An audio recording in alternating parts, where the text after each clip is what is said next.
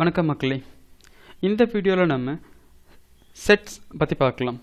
செட்ஸ்ன்றது பைத்தானில் இருக்க one of a sequence. Last வீடியோவில் நம்ம டப்பிள்ஸ்ன்ற ஒரு சீக்வன்ஸ் பற்றி பார்த்தோம் இல்லையா? குட். அதே மாதிரி செட்ன்றது ஒரு ஒன் ஆஃப் அ சீக்வன்ஸ் தான். செட்னா என்ன? Sets are unordered immutable sequences of unique elements. So இது மூணாவது ஒரு டிஃப்ரெண்ட்டாக இருக்கு இல்லையா? யூனிக் எலிமெண்ட்ஸ் நம்ம பார்க்கலாம். So first of all unordered. இதை பாருங்கள், இது வரைக்கும் நம்ம பார்த்த சீக்வன்ஸ் எல்லாமே ஆர்டர்ட். இந்த பர்டிகுலர் சீக்வன்ஸ் செட்ன்றது அன்ஆர்டர்ட், இம்யூட்டபிள் வேணும், ரைட்? அண்ட் யூனிக் எலிமெண்ட்ஸ், அப்போது டூப்ளிகேட்ஸுக்கு இது சப்போர்ட் பண்ணாது. இதில் ரெண்டு வேல்யூ ஒரே மாதிரி இருக்குன்னா அதில் ஒரு வேல்யூ அது ஆட்டோமேட்டிக்காக ரிமூவ் பண்ணி விட்டுரும். இப்போ டூப்ளிகேட்டுக்கு இது சப்போர்ட்டே பண்ணாது. அன்ஆர்டர்ட், ஸோ நீங்கள் என்ன ஆர்டரில் வேல்யூ கொடுக்குறீங்களோ அதே ஆர்டரில் தான் ரிசல்ட்டை எக்ஸ்பெக்ட் பண்ணணும்னு அவசியம் கிடையாது.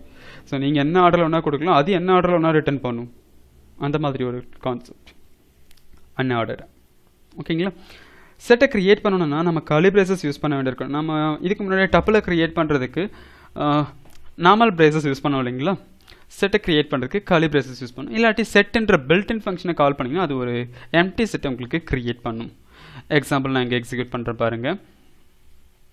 ஸோ செட் 1 அப்படின்னு நான் ஒரு வேரியபிளை யூஸ் பண்ணி ஒரு செட்டை க்ரியேட் பண்ணுறேன். 1, 2, 3 இது எனக்கு ஒரு செட்டை க்ரியேட் பண்ணும். இது டைப் ஆஃப் செட் 1 நீங்கள் போட்டு பார்த்தீங்கன்னா டைப் செட் உங்களுக்கு கிளாஸ் செட்டுன்றது ரிட்டர்ன் ஆகுது. இன்னொரு செட் நீங்கள் க்ரியேட் பண்ண போகிறீங்க, அதுக்கு நீங்கள் செட்டுன்ற பில்ட்-இன் ஃபங்க்ஷனை கால் பண்ணாலே போதும், ரைட்? யா. ஸோ உங்களுக்கு ரெண்டுமே ஒரே வழி தான். ஸோ செட் 1ல் உங்களுக்கு 3 வேல்யூ இருக்குது, செட் 2ல் எம்டியாக இருக்குது. ஸோ அது எம்டின்றதை நம்ம எப்படி அண்டர்ஸ்டாண்ட் பண்ணிக்கலாம்னா லென்ன்ற ஃபங்க்ஷன் யூஸ் பண்ணி பாருங்கள், சப்போர்ட் பண்ணும். So len of set 1 3 and len of set 2ன்றது 0. ஏன்னா நம்ம எம்டி செட் தான் க்ரியேட் பண்ணியிருக்கோம், அதுக்குள்ள வேல்யூ இது நம்ம ஆட் பண்ணலாம். வெயிட் பண்ணுங்கள். If a duplicate element was provided during assignment, it would be discarded automatically. So assignment ஆகும்போது அது என்ன பண்ணிடும்னா டிஸ்கார்ட் பண்ணிடும். அப்போது நான் செட் 1 அப்படின்னு ஒன்று க்ரியேட் பண்ணுறேன், கர்லி பிரேசஸ் யூஸ் பண்ணிக்கோங்க. 1, 2, 3, 4, again 2, 3. அப்போ நான் என்ன பண்ணியிருக்கேன்னா 2 and 3 டூப்ளிகேட் பண்ணியிருக்கேன். இப்போ நீங்கள் செட் 1 ரிட்டர்ன் பண்ணி பாருங்கள். So where is 2 and 3? So 1, 2, 3, 4, 5 இங்கே நீங்கள் அண்டர்ஸ்டாண்ட் பண்ணிக்கலாம் அன்ஆர்டர்ட் என்னன்ட்டு. இது அசெண்டிங் ஆர்டர் கிடையாது, அன்ஆர்டர்ட். ஸோ 1, 2, 3, 4, 5 ஆக்சுவலாக நம்ம எப்படி கொடுத்துருக்குன்னு பாருங்கள். 1, 2, 3, 5, 4 and 2, 3. இந்த 2, 3ன்றது ரிமூவ் ஆயிடுச்சு பிகாஸ் நேச்சர் யூனிக். அதே மாதிரி இங்கே அசெண்டிங் ஆர்டரில் டிஸ்பிளே ஆயிருக்கு. ஆக்சுவலி இது அசெண்டிங் ஆர்டர் கிடையாது, அன்ஆர்டர். என்ன ஆர்டர் ஒன்று டிஸ்பிளே பண்ணும், சரிங்களா? ஃபைன். இது வந்து செட். அதுக்கு அடுத்தது நம்ம in operator. So the in operator can be used to check for existent of an element.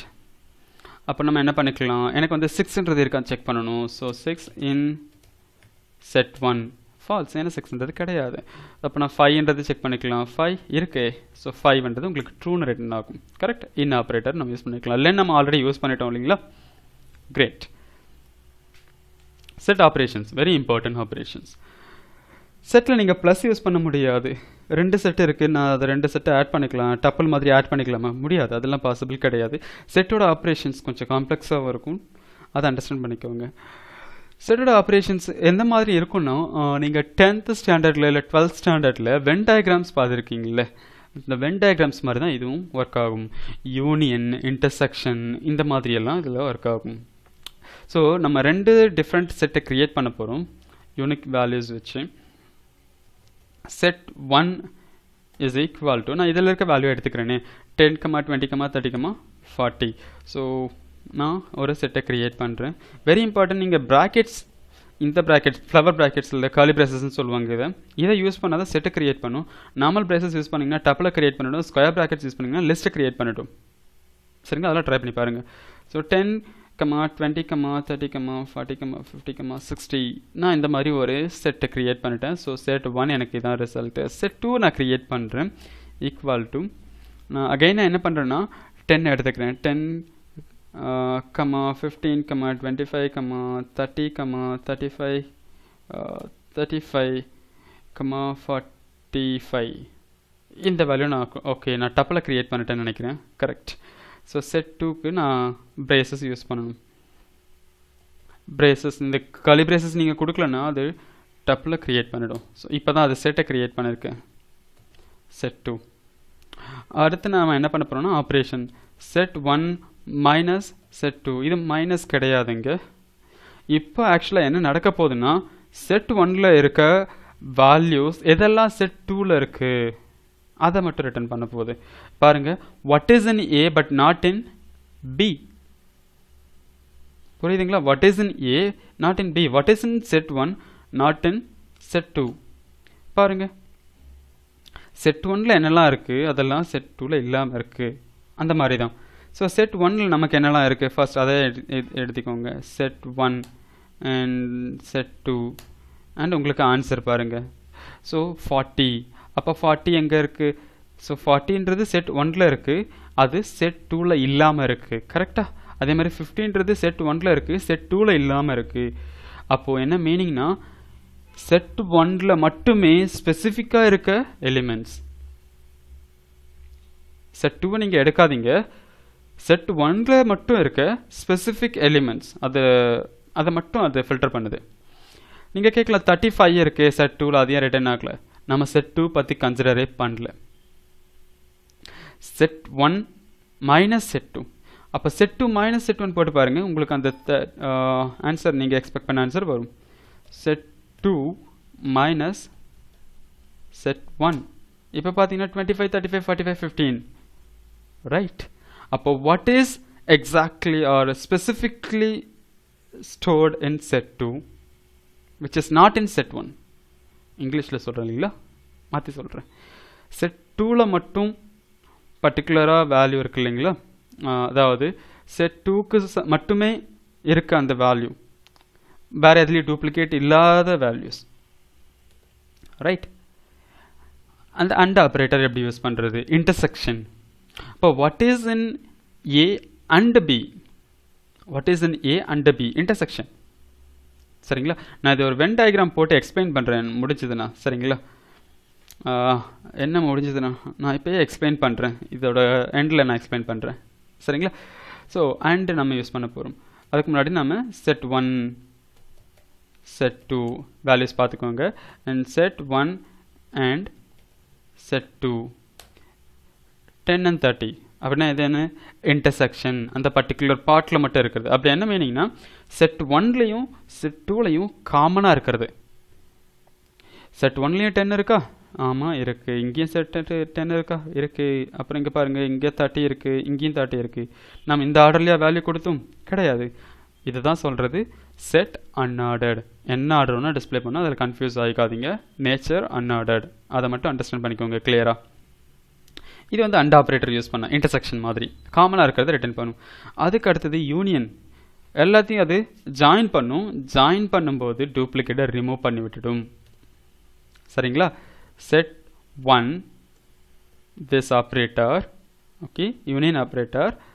Set 2 எல்லாத்தையும் ஜாயின் பண்ணிருச்சிங்களா, டூப்ளிகேட்டை ரிமூவ் பண்ணிடுச்சு பாருங்க. ஸோ 10ன்றது 2 தடவை இருக்கணும், ஆனால் இருக்காது. ஏன்னா செட்டோட நேச்சர் டூப்ளிகேட்டை அலோவ் பண்ணாது, யூனிக் எலிமெண்ட்ஸ். சரிங்களா? அதுக்கு அடுத்தது கேப். இந்த பர்டிகுலர் சிம்பிள் இருக்கு இல்லையா, cap. So A power B அப்படின்னா என்ன? What is only in A or only in B but not both in exclusive or. பார்த்தோம் இல்லைங்களா? பாருங்க, செட் 1 set 2, set 1 cap, set 1 cap, set 2. What is only in set 1? What is only in set 2? 10 காணாமல் போயிருச்சு, 30 காணாமல் போயிருச்சு. அப்போ இதுக்கு எதுக்கு ஆப்போசிட்னு உங்களுக்கு தெரியும். அந்த அண்ட் ஆப்ரேட்டருக்கு அப்படியே அது ரிவர்ஸ் அடிக்கும்.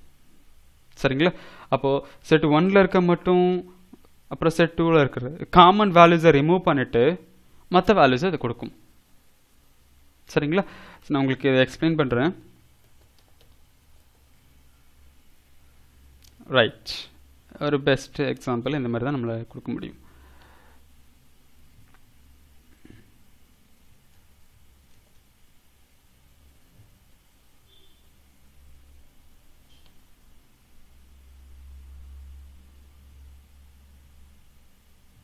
ரைட்.